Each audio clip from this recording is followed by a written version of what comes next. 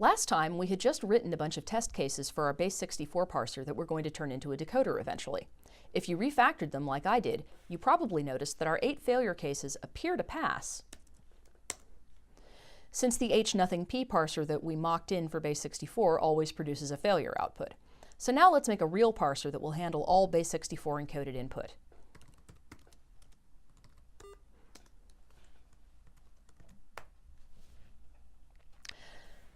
First, we need to write the rules for the Base64 alphabet. These are digits, the uppercase and lowercase alphabets, and some special characters. So let's do these one at a time.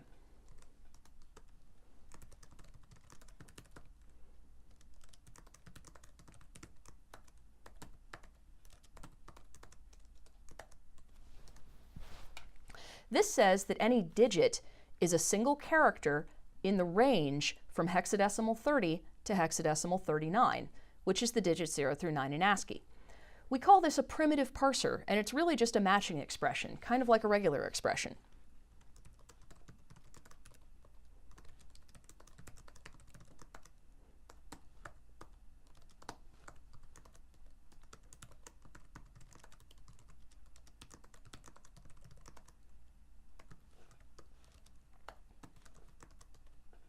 And these say that any uppercase or lowercase character is a character in the range from hex 41 to hex 5a, or from hex 61 to hex 7a, respectively. If you need to match just a single character, you can do that too.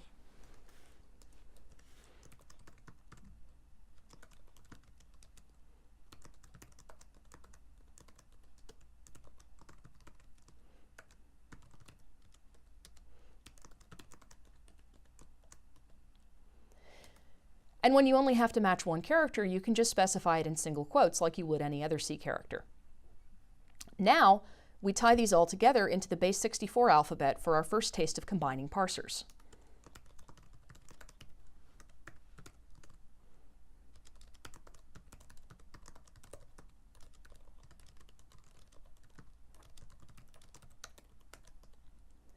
And we'll also write a character parser for the equals character, even though we aren't going to use punctuation just yet.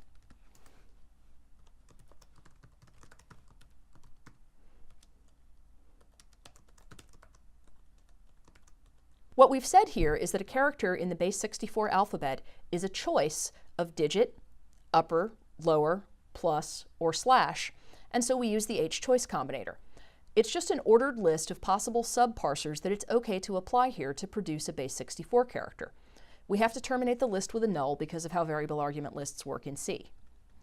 Now, we can test out an incomplete Base64 parser that only checks to see whether the characters are in the Base64 alphabet.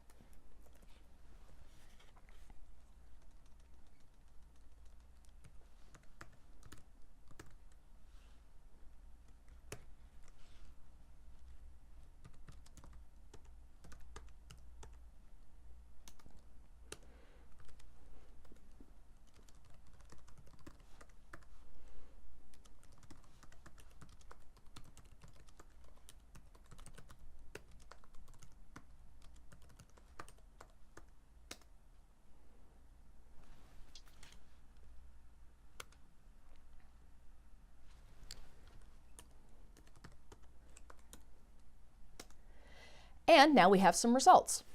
First, you'll notice that the 0 character test case failed.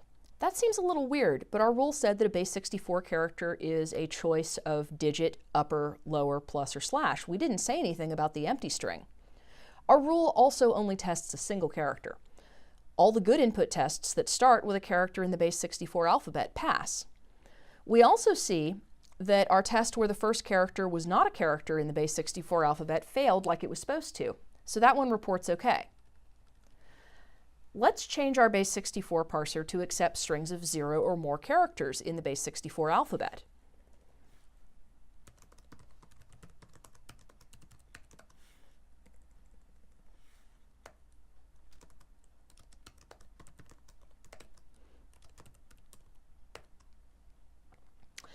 So now our Base64 parser recognizes any number of Base64 characters, 0 or more, up to the end of input. And if we encounter any characters that aren't in the Base64 alphabet between the start and the end of the input, the test will fail.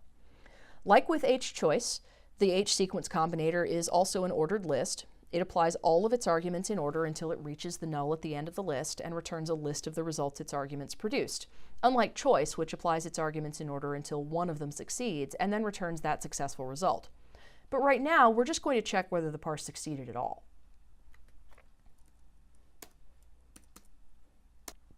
Now the 0-octet test passes because that's 0 repetitions of a base64 character. The 1 and 2-octet tests fail because their base64 repetitions contain padding, and although we've written the rule for padding, we haven't used it yet. And the 3-octet test and the 6-octet test pass for the same reasons. Likewise, 4 and 5 fail for the same reasons. So now let's write the rules for the 4-character input blocks. 3 octets is a sequence of 4 characters in the base64 alphabet, so let's write that rule.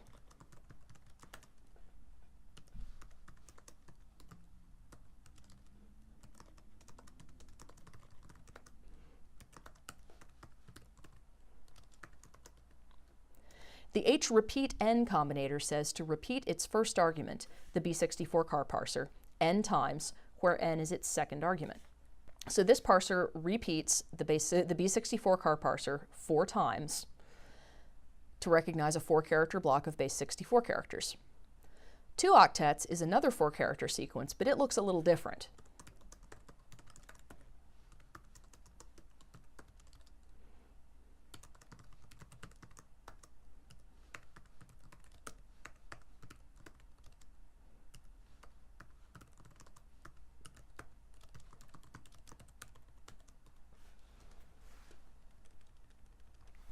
And we'll need to go back and implement that B64 car 4-bit parser in a minute. First, we'll handle the 1-octet case.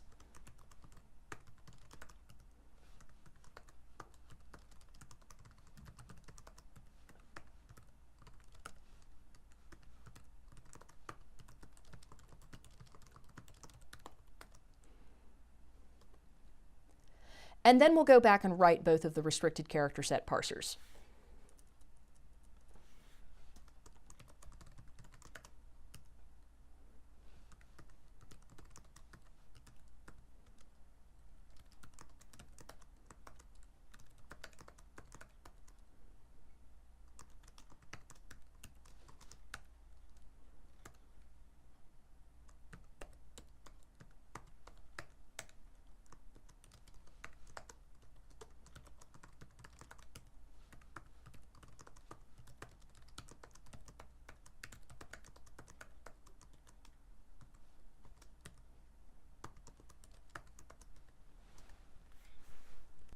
The HIN combinator just selects from the set of characters provided as its first argument. So the B64 car 4-bit parser will select one of the characters from this set, and the B64 car 2-bit parser will select one of the characters from this set.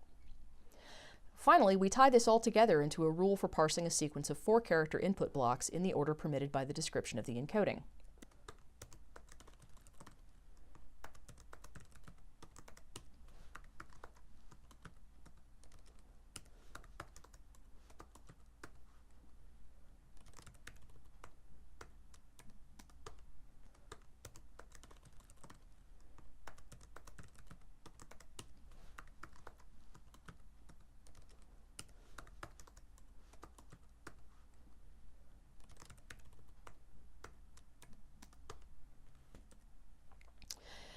This is a lot like doing a word problem from a math textbook, just with computer science.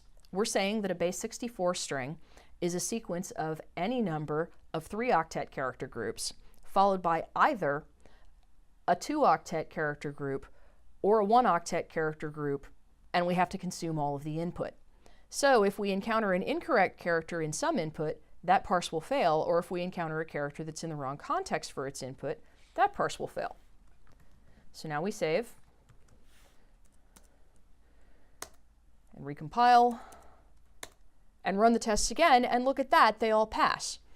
Handling correct inputs in a rigorous manner by formally defining the rules that govern what an input should look like gives us a base64 parser that accepts strings that are validly encoded base64 and rejects ones that aren't, including the one that crashed Samba. We're still not decoding base64 into the octets that an encoded string represents yet, but we'll do that in the very next video when we start working with semantic actions. Between now and then, on your own time, you can start building a Base64 encoder to go along with the decoder you're building. What would a parser for the input language of an octets in to Base64 out function look like? I can tell you right away, it's going to be simpler than the one we just built. So get that ready for next time, and I'll see you then.